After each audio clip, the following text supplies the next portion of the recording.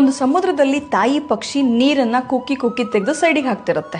ಇದನ್ನ ನೋಡಿ ಇನ್ನೊಂದು ಪಕ್ಷಿ ಬಂದು ಕೇಳತ್ತೆ, ಯಾಕೆ ಹೀಗೆ ಮಾಡ್ತಾ ಇದೀಯಾ ಅಂತ. ತಾಯಿ ಪಕ್ಷಿ ಹೇಳತ್ತಂತೆ, ಸಮುದ್ರ ನನ್ನ ಮಗುನ ನುಂಗ್ಕೊಂಡ್ಬಿಟ್ಟಿದೆ, ನೀರನ್ನ ತೆಗೆದು ನನ್ನ ಮಗುನ ಹೊರಗೆ ತೆಗಿತೀನಿ ಅಂತ. ಇನ್ನೊಂದು ಪಕ್ಷಿ ಹೇಳತ್ತಂತೆ, ಸಮುದ್ರ ಇಷ್ಟು ದೊಡ್ಡದಾಗಿದೆ, ನೀನೊಬ್ಳು ಕೈಯಲ್ಲೇ ಇದು ಸಾಧ್ಯ ಇಲ್ಲ. ಆಗ ತಾಯಿ ಪಕ್ಷಿ ಹೇಳುತ್ತೆ, ಸಾಧ್ಯವಾದ್ರೆ ಸಾಥ್ ಕೊಡು, ಇಲ್ಲ ಸಲಹೆ ಬೇಡ ಅಂತ. ಆ ಪಕ್ಷಿ ಕೂಡ ನೀರನ್ನ ಎತ್ತಕ್ಕೆ ಶುರು ಮಾಡುತ್ತೆ. ಈ ತರ ಲಕ್ಷಾಂತರ ಪಕ್ಷಿಗಳು ಬಂದು ನೀರನ್ನ ಕುಕ್ಕಿ ತೆಗೆಯೋದಕ್ಕೆ ಶುರು ಮಾಡುತ್ತವೆ. ಇದನ್ನು ನೋಡಿದಂತಹ ವಿಷ್ಣುವಿನ ವಾಹನ ಗರುಡ ಪಕ್ಷಿ ಕೂಡ ಬಂದು ನೀರನ್ನು ತೆಗಿಬೇಕು ಅಂತ ಡಿಸೈಡ್ ಮಾಡುತ್ತೆ. ಅಷ್ಟೊತ್ತಿಗೆ ವಿಷ್ಣು ಹೇಳ್ತಾರಂತೆ, ನೀ ಹೋದ್ರೆ ತುಂಬಾ ಕೆಲಸಗಳು ನಿಂತು ಬಿಡ್ತವೆ, ನೀ ಹೋಗ್ಬೇಡ, ಅದು ಅಲ್ಲದೆ ಸಮುದ್ರ ಇಷ್ಟು ದೊಡ್ಡದಾಗಿದೆ, ನಿನ್ನಿಂದ ನೀರು ತೆಗೆಯೋದಕ್ಕೆ ಆಗೋದಿಲ್ಲ ಅಂತ. ಗರುಡ ವಾಹನ ಗರುಡ ಪಕ್ಷಿ ವಿಷ್ಣುವಿಗೆ ಹೇಳತ್ತಂತೆ, ಸ್ವಾಮಿ ಸಲಹೆ ಬೇಡ, ಸಾಧ್ಯವಾದ್ರೆ ಸಾಥ್ ಕೊಡಿ ಅಂತ.